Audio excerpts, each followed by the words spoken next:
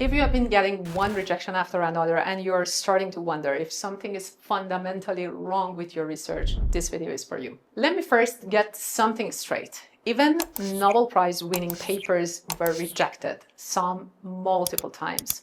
Rejection isn't a verdict on your talent, it's a signal. And if you know how to read that signal, you can turn every no into a massive leap forward. In this video, I'll walk you step by step through the 4 major types of journal rejections, how to respond to each one strategically, and most importantly, how to turn rejections into acceptance. By the end of this video, you will know exactly what each rejection really means, how to handle reviewers' feedback effectively, and how to build a rejection-proof publication strategy for your career.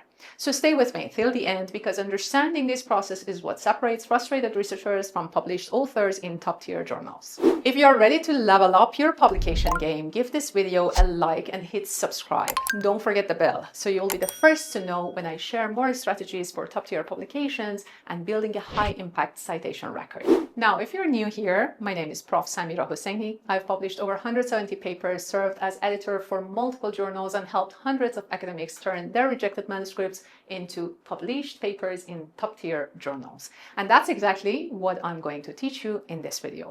So, how to understand why your papers get rejected and how to fix it so that the next time you hit submit, you do it with confidence. First off, understand this. Rejections are very normal part of publication process. Every scientist, even the most celebrated names in the history, have been rejected again and again. Let me show you something that should give you peace of mind. Take a look at these scientific papers that were rejected before going on to win Nobel Prize. Yes, Nobel Prize. Even those who changed the course of humanity faced rejections. Now imagine, what would have happened if they had given up after the first no? How many discoveries would have been lost? So here is your first reminder. Rejection is never a personal attack. It's directed at your manuscript, not you. And it usually means the paper fell short of the journal's standard in some ways. Now, let's break down the 4 major types of rejections and how to respond to each one strategically. First, desk rejection. This is the first impression rejection. Your manuscript fails to make the right impression before peer review even starts. That means the editor-in-chief or one of the editorial board members looked at your paper and thought, this isn't really a good fit. It's not interesting, insightful, or aligned with the mission of our journal. Desk rejection can happen for many reasons, but if you're receiving them frequently, even after carefully choosing a journal, stop and re-evaluate your manuscript. Something fundamental might not be clicking: the framing, the novelty, or even the clarity of your work. If you're struggling with rejections, drop the word reject in the comment section below, and I'll send you a guide to help you get this out of your way. Number 2, rejection after review. Here, your paper passes the first impression. The journal invests time. Reviewers read it, discuss it, but eventually the feedback isn't favorable enough. The reviewer's concerns convinces the handling editor that the paper doesn't meet the bar for publication. At this stage, your goal is to read those reviews deeply, not defensively. Ask yourself, what were the real reasons behind their lack of enthusiasm? Was it the methodology, the gap analysis, the discussion depth? Because this feedback, if analyzed correctly, becomes your roadmap for the next submission. Make sure you take the reviewer's comments into careful consideration, modify the manuscript accordingly, and give it a shot at another journal. To have a set of expert comments is always a gift. Appreciate the offered support. What happens when you genuinely believe your reviewers got it wrong? You've gone through the comments carefully and you can see clear misunderstandings. Maybe they misjudged your results or they didn't fully grasp your methodology. In that case, you still have one more card to play, and that's called the rebuttal letter. The rebuttal letter is your opportunity to respectfully explain to the editor why you believe the reviewer's assessment was unfair, inaccurate, or based on misunderstandings.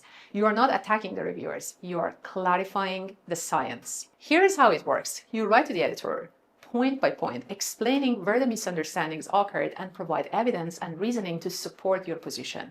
You also include the revised manuscript, fully updated and polished, showing that you have taken all the feedback seriously while clarifying the key points that were misinterpreted. Sometimes, if your argument is strong and backed by data, the editor might actually reopen the case or even send the paper to new reviewers. I've done this twice in my career, and both times the outcome was an acceptance. But let me be honest with you, this strategy should be used rarely, once or twice in your entire career. That's it.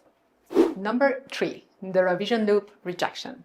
This one is dangerous. The journal initially likes your paper. They invite you to revise, you feel hopeful, but during revision, authors sometimes do poor job responding to the reviewers' comments. They address some, ignore others, and the papers keep bouncing back and forth, revision after revision, until the editor finally loses confidence and says, that's it, we're done. That's a revision loop rejection, and it can kill a strong chance to publish. The key to avoiding it is taking revision seriously. Don't rush, don't patch. Treat every reviewer comment like a contract. Number 4, reject and resubmit. This one sounds harsh, but it's actually good news. A reject and resubmit is basically a major revision with an open door. It's the journal saying, we can see potential here, fix it, and come back if you wish. Here is what I tell my mentees to do. Treat it exactly like a major revision. Address all the reviewers' comments within 1 month, prepare a detailed cover letter, and attach point-by-point response to every single comment. Also highlight all the changes directly in the revised manuscript. Then you can go ahead and submit. Mention that this is an improved version of the same paper where all the reviewers' concerns have been carefully addressed. That's how you convert a reject and resubmit into an eventual acceptance.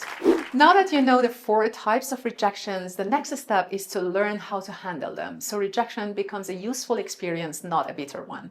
Because in academia, it's not the rejection itself that defines you, it's how you respond to it. Have you received several straight desk rejections? If you're struggling with rejections, drop the word reject in the comments below, and I'll send you a guide to help you overcome this. But how do you mentally and emotionally prepare yourself for rejection? Here's the fact that most early career researchers don't realize. Every reputable journal in any field has the responsibility to reject at least 70% of the submissions it receives and accept only about 30%. Now, the higher the reputation and impact factor for the journal, the smaller the acceptance rate gets. Top-tier journals, their acceptance rate can drop to 10% or even lower.